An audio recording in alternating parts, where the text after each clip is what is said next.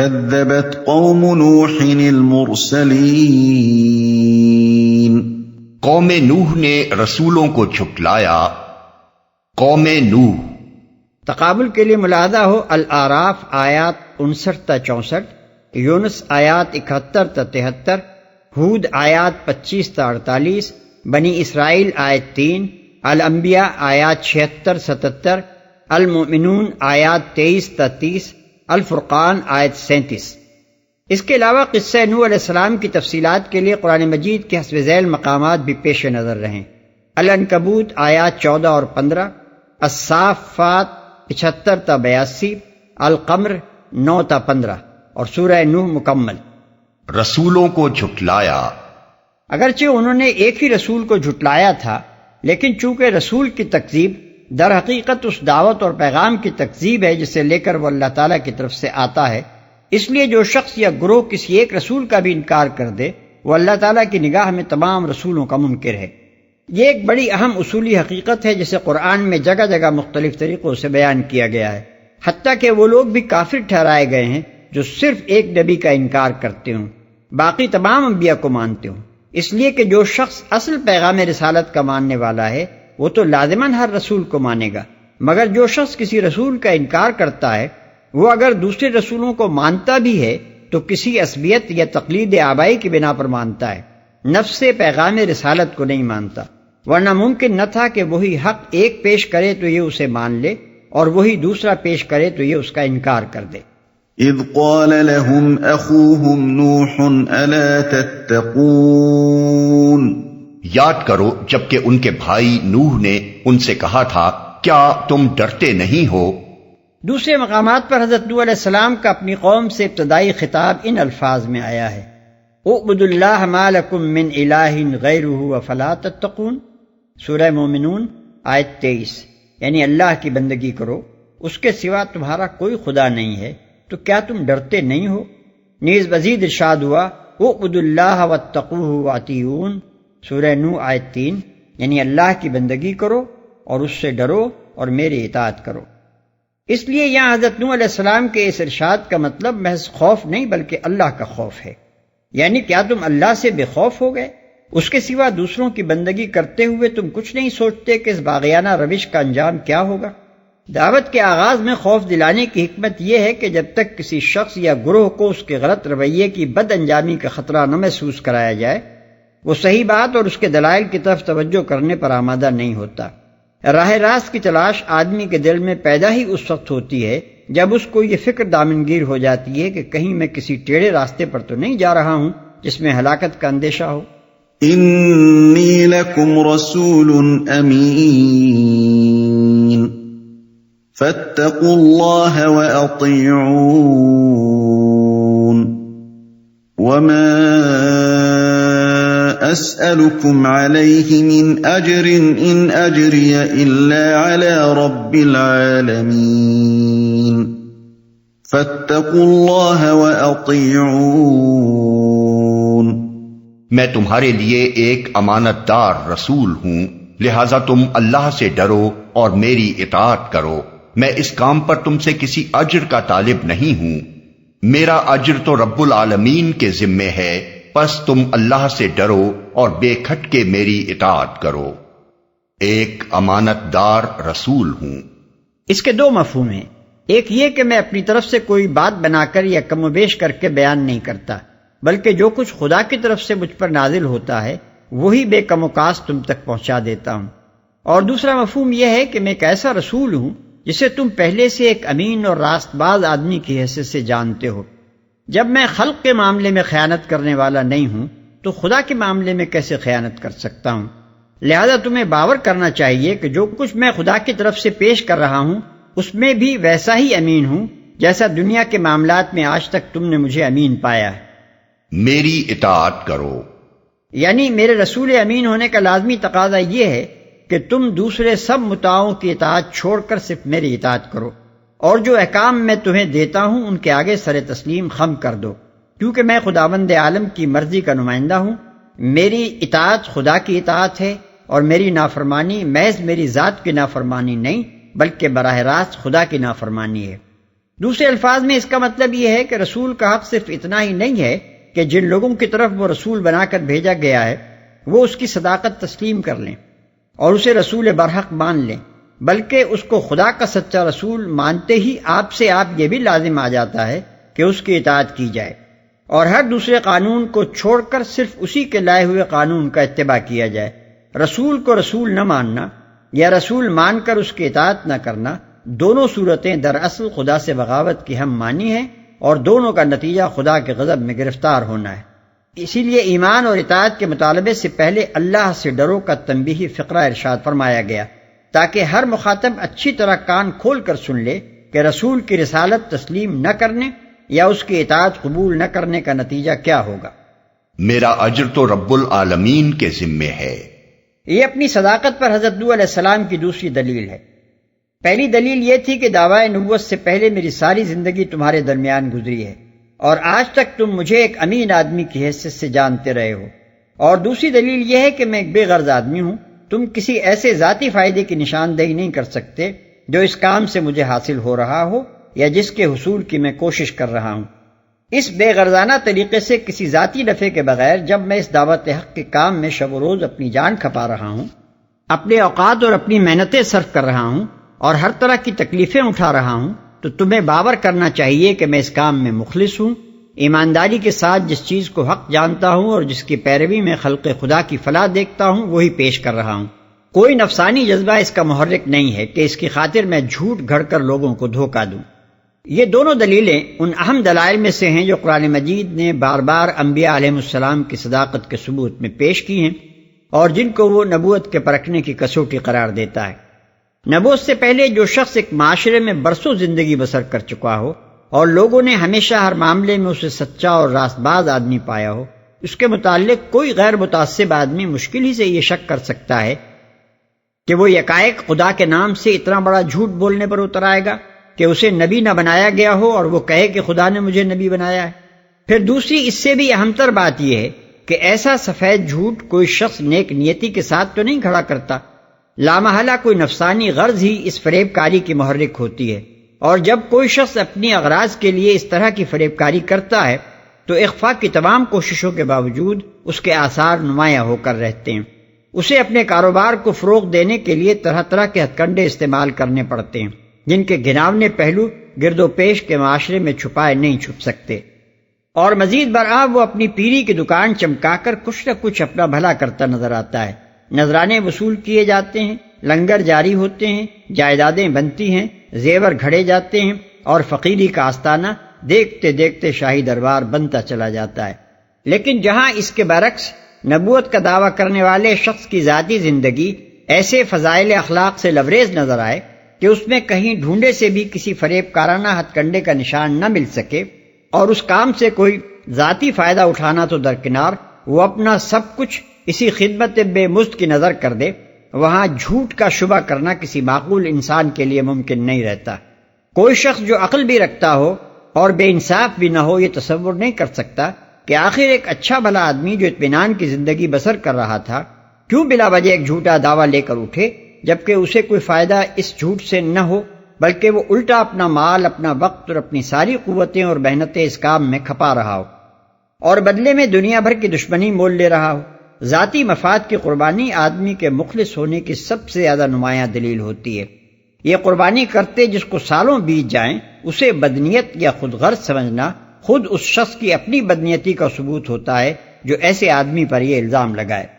بے کھٹکے میری اطاعت کرو۔ اس فقرے کی تکرار بے وجہ نہیں ہے، پہلے یہ ایک اور مناسبت سے فرمایا گیا تھا اور یہاں ایک دوسری مناسبت سے اس کو دہرایا گیا ہے۔ اوپر انی لکم رسول امین سے فاتقوا اللہ کے فقرے کی مناسبت یہ تھی کہ جو شخص اللہ کی طرف سے ایک امانت دار رسول ہے جس کی صفت امانت سے تم لوگ خود بھی واقف ہو، اسے جھٹلاتے ہوئے خدا سے ڈرو، اور یہاں ما اسألکم علیہ من اجر سے اس فقرے کی مناسبت یہ ہے کہ جو شخص اپنے کسی ذاتی فائدے کے بغیر محض اصلاح خلق کے لیے پورے اخلاص کے ساتھ کام کر رہا ہے اس کی نیت پر حملہ کرتے ہوئے خدا سے ڈرو۔ اس بات کو اتنا زور دے کر بیان کرنے کی وجہ یہ تھی کہ قوم کے سردار حضرت نوح علیہ السلام کے مخلصانہ دعوت حق میں کیڑے ڈالنے کے لیے ان پر یہ الزام لگاتے تھے کہ یہ شخص دراصل یہ ساری دوڑ دھوپ اپنی بڑائی کے لیے کر رہا ہے۔ یرید ان یتفضل علیکم، سورہ مومنون آیت 24، یعنی یہ چاہتا ہے کہ تم پر فضیلت حاصل کرے۔ قالوا انؤمن لك واتبعك الارذلون، انہوں نے جواب دیا، کیا ہم تجھے مان لیں حالانکہ تیری پیروی رذیل ترین لوگوں نے اختیار کی ہے۔ یہ لوگ جنہوں نے حضرت نوح علیہ السلام کو دعوت حق کا یہ جواب دیا، ان کی قوم کے سردار شیوخ اور اشراف تھے، جیسا کہ دوسرے مقام پر اسی قصے کے سلسلے میں بیان ہوا ہے۔ فقال الملأ الذين كفروا من قومه ما نراك الا بشرا مثلنا وما نراك اتبعك الا الذين هم اراذلنا بادي الراء وما نرى لكم علينا من فضل، سورہ ہود آیت 27۔ یعنی اس کی قوم کے کافر سرداروں نے کہا، ہمیں تو تم اس کے سوا کچھ نظر نہیں آتے کہ بس ایک انسان ہو ہم جیسے، اور ہم دیکھ رہے ہیں کہ تمہاری پیروی صرف ان لوگوں نے بے سمجھے بوجھے اختیار کر لی ہے جو ہمارے ہاں کے اراذل ہیں، اور ہم کوئی چیز بھی ایسی نہیں پاتے جس میں تم لوگ ہم سے بڑھے ہوئے ہو۔ اس سے معلوم ہوا کہ حضرت نوح علیہ السلام پر ایمان لانے والے زیادہ تر غریب لوگ، چھوٹے چھوٹے پیشہ ور لوگ، یا ایسے نوجوان تھے جن کی قوم میں کوئی حیثیت نہ تھی۔ رہے اونچے طبقے کے بااثر اور خوشحال لوگ تو وہ ان کی مخالفت پر کمر بستہ تھے، اور وہی اپنی قوم کے عوام کو طرح طرح کے فریب دے دے کر اپنے پیچھے لگائے رکھنے کی کوشش کر رہے تھے۔ اس سلسلے میں جو دلائل وہ حضرت نوح علیہ السلام کے خلاف پیش کرتے تھے، ان میں سے ایک استدلال یہ تھا کہ اگر نوح کی دعوت میں کوئی وزن ہوتا تو قوم کے عمراء، علماء، مذہبی پیشوا، معززین اور سمجھدار لوگ اسے قبول کرتے، لیکن ان میں سے تو کوئی بھی اس شخص پر ایمان نہیں لایا ہے۔ اس کے پیچھے لگے ہیں ادنا طبقوں کے چند نادان لوگ جو کوئی سمجھ بوجھ نہیں رکھتے۔ اب کیا ہم جیسے بلند پایا لوگ ان بے شعور اور کمین لوگوں کے زمرے میں شامل ہو جائیں؟ بھائی نہیں، یہی بات قریش کے کفار نبی صلی اللہ علیہ وسلم کے متعلق کہتے تھے کہ ان کے پیرو یا تو غلام اور غریب لوگ ہیں یا چند نادان لڑکے، قوم کے اکابر اور معززین میں سے کوئی بھی ان کے ساتھ نہیں ہے۔ ابو سفیان نے ہرقل کے سوالات کا جواب دیتے ہوئے بھی یہی کہا تھا کہ تبعہ من الضعفاء والمساکین، یعنی محمد صلی اللہ علیہ وسلم کی پیروی ہمارے غریب اور کمزور لوگوں نے قبول کی ہے۔ گویا ان لوگوں کا طرز فکر یہ تھا کہ حق صرف وہ ہے جسے قوم کے بڑے لوگ حق مانیں، کیونکہ وہی عقل اور سمجھ بوجھ رکھتے ہیں۔ رہے چھوٹے لوگ تو ان کا چھوٹا ہونا ہی اس بات کی دلیل ہے کہ وہ بے عقل اور ضعیف الرائے ہیں، اس لیے ان کا کسی بات کو مان لینا اور بڑے لوگوں کا رد کر دینا صاف طور پر یہ معنی رکھتا ہے کہ وہ ایک بے وزن بات ہے۔ بلکہ کفار مکہ تو اس سے بھی آگے بڑھ کر یہ دلیل لاتے تھے کہ پیغمبر بھی کوئی معمولی آدمی نہیں ہو سکتا، خدا کو اگر واقعی کوئی پیغمبر بھیجنا منظور ہوتا تو کسی بڑے رئیس کو بناتا۔ وقالوا لولا نزل هذا القرآن على رجل من القريتين عظیم، سورہ زخرف آیت 3۔ یعنی وہ کہتے ہیں کہ یہ قرآن ہمارے دونوں شہروں یعنی مکہ اور طائف کے کسی بڑے آدمی پر کیوں نہ نازل کیا گیا۔ قال وما علمي بما كانوا يعملون ان حسابهم الا على ربي لو تشعرون۔ نوح نے کہا، میں کیا جانوں کہ ان کے عمل کیسے ہیں، ان کا حساب تو میرے رب کے ذمے ہے، کاش تم کچھ شعور سے کام لو۔ یہ ان کے اعتراض کا پہلا جواب۔ جیسا کہ اوپر بیان ہوا، ان کے اعتراض کی بنیاد اس مفروضے پر تھی کہ جو لوگ غریب، محنت پیشہ اور ادنا درجے کی خدمات انجام دینے والے ہیں یا معاشرے کے پست طبقات سے تعلق رکھتے ہیں، ان میں کوئی ذہنی صلاحیت نہیں ہوتی اور وہ علم و عقل اور سمجھ بوجھ سے عاری ہوتے ہیں۔ اس لیے نہ ان کا ایمان کسی فکر و بصیرت پر مبنی، نہ ان کا اعتقاد لائق اعتبار اور نہ ان کے اعمال کا کوئی وزن۔ حضرت نوح علیہ السلام اس کے جواب میں فرماتے ہیں کہ میرے پاس یہ جاننے کا کوئی ذریعہ نہیں کہ جو شخص میرے پاس آ کر ایمان لاتا ہے اور ایک عقیدہ قبول کر کے اس کے مطابق عمل کرنے لگتا ہے، اس کے اس فعل کی تہ میں کیا محرکات کام کر رہے ہیں اور وہ کتنی کچھ قدر و قیمت رکھتے ہیں۔ ان چیزوں کا دیکھنا اور ان کا حساب لگانا تو خدا کا کام ہے، میرا اور تمہارا کام نہیں ہے۔ وما انا بطارد المؤمنین ان انا الا نذیر مبین۔ میرا یہ کام نہیں ہے کہ جو ایمان لائیں ان کو میں دھٹکار دوں، میں تو بس ایک صاف صاف متنبع کر دینے والا آدمی ہوں۔ یہ ان کے اعتراض کا دوسرا جواب ہے۔ ان کے اعتراض میں یہ بات بھی مثبت تھی کہ ایمان لانے والوں کا جو گروہ حضرت نوح علیہ السلام کے گرد جمع ہو رہا ہے، یہ چونکہ ہمارے معاشرے کے ادنا طبقات پر مشتمل ہے، اس لیے اونچے طبقوں میں سے کوئی شخص اس زمرے میں شامل ہونا گوارا نہیں کر سکتا۔ دوسرے الفاظ میں گویا وہ یہ کہہ رہے تھے کہ اے نوح، کیا تم پر ایمان لا کر ہم اپنے آپ کو اراذل اور سفہا میں شمار کرائیں؟ کیا ہم غلاموں، نوکروں، مزدوروں اور کام پیشہ لوگوں کی صف میں آ بیٹھیں؟ حضرت نوح علیہ السلام اس کا جواب یہ دیتے ہیں کہ میں آخر یہ غیر معقول طرز عمل کیسے اختیار کر سکتا ہوں کہ جو لوگ میری بات نہیں مانتے ان کے تو پیچھے پھرتا رہوں، اور جو میری بات مانتے ہیں انہیں دھکے دے کر نکال دوں۔ میری حیثیت تو ایک ایسے بے لاگ آدمی کی ہے جس نے علل اعلان کھڑے ہو کر پکار دیا ہے کہ جس طریقے پر تم لوگ چل رہے ہو یہ باطل ہے اور اس پر چلنے کا انجام تباہی ہے، اور جس طریقے کی طرف میں رہنمائی کر رہا ہوں اسی میں تم سب کی نجات ہے۔ اب جس کا جی چاہے میری اس تنبیہ کو قبول کر کے سیدھے راستے پر آئے، اور جس کا جی چاہے آنکھیں بند کر کے تباہی کی راہ چلتا رہے۔ میں یہ نہیں کر سکتا کہ جو اللہ کے بندے میری اس تنبیہ کو سن کر سیدھا راستہ اختیار کرنے کے لیے میرے پاس آئیں، ان کی ذات، برادری، نسب اور پیشہ پوچھوں، اور اگر وہ آپ لوگوں کی نگاہ میں کمین ہوں تو ان کو واپس کر کے اس انتظار میں بیٹھا رہوں کہ شریف حضرات کب تباہی کا راستہ چھوڑ کر نجات کی راہ پر قدم رنجہ فرماتے ہیں۔ ٹھیک یہی معاملہ ان آیات کے نزول کے زمانے میں نبی صلی اللہ علیہ وسلم اور کفار مکہ کے درمیان چل رہا تھا، اور اسی کو نگاہ میں رکھنے سے یہ سمجھ میں آ سکتا ہے کہ حضرت نوح علیہ السلام اور ان کی قوم کے سرداروں کی یہ گفتگو یہاں کیوں سنائی جا رہی ہے۔ کفار مکہ کے بڑے بڑے سردار نبی صلی اللہ علیہ وسلم سے کہتے تھے کہ ہم آخر بلال اور عمار اور صہیب جیسے غلاموں اور کام پیشہ لوگوں کے ساتھ کیسے بیٹھ سکتے ہیں؟ گویا ان کا مطلب یہ تھا کہ ایمان لانے والوں کی صف سے یہ غریب لوگ نکالے جائیں، تب کوئی امکان اس کا نکل سکتا ہے کہ اشراف ادھر کا رخ کریں،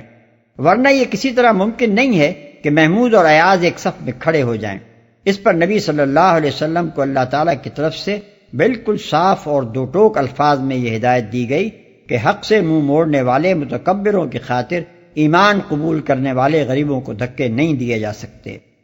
چنانچہ ارشاد ہوا، اما من استغنا فانت له تصدى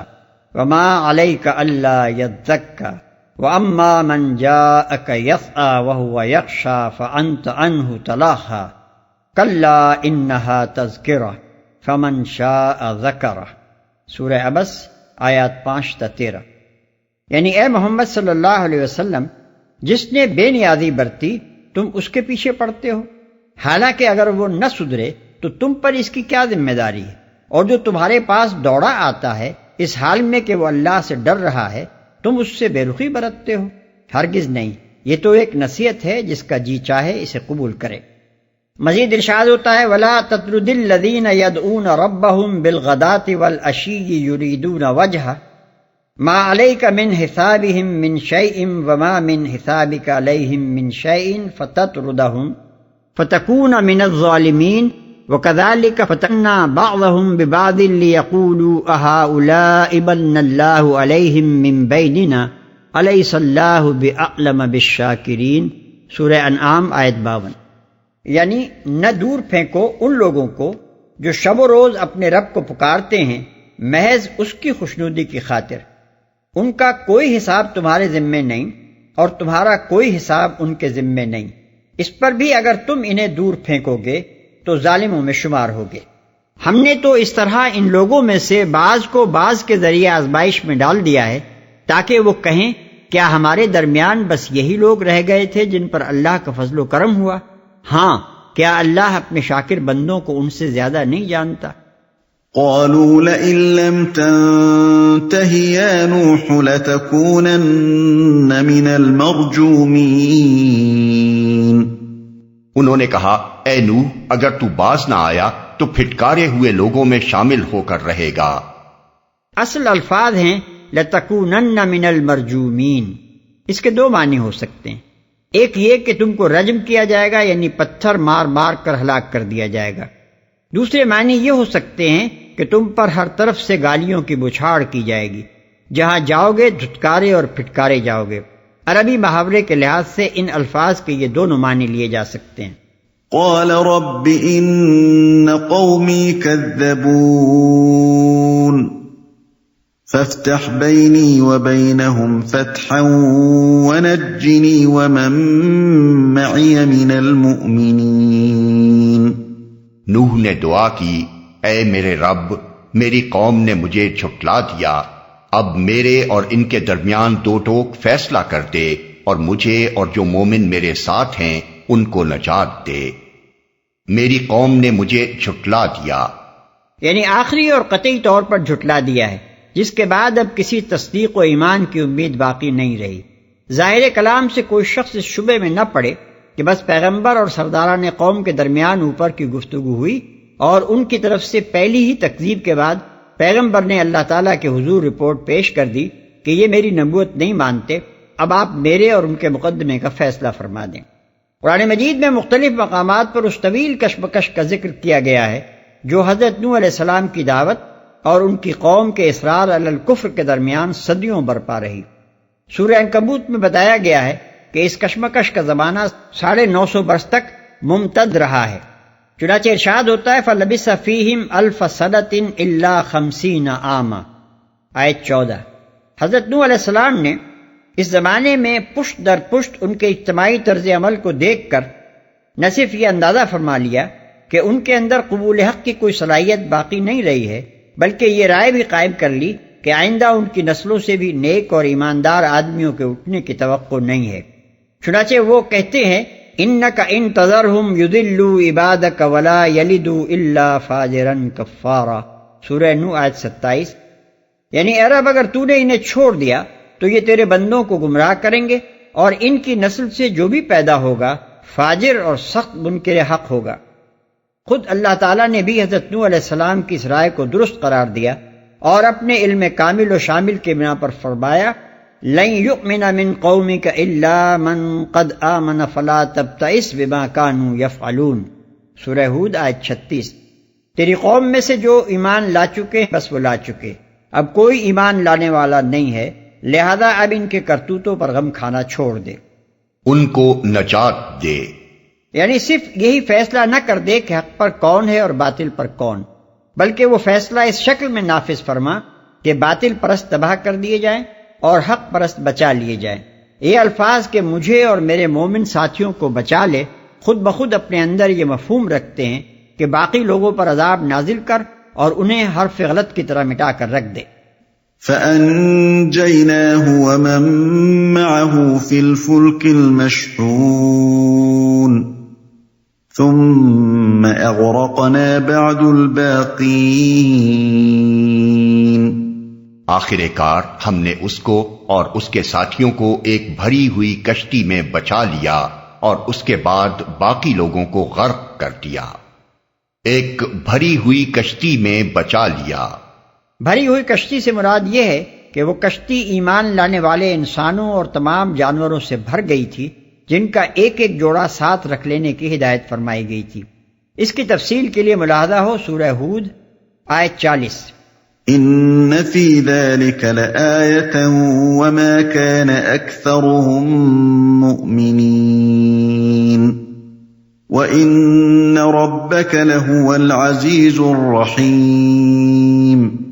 یقیناً اس میں ایک نشانی ہے مگر ان میں سے اکثر لوگ ماننے والے نہیں، اور حقیقت یہ ہے کہ تیرا رب زبردست بھی ہے اور رحیم بھی۔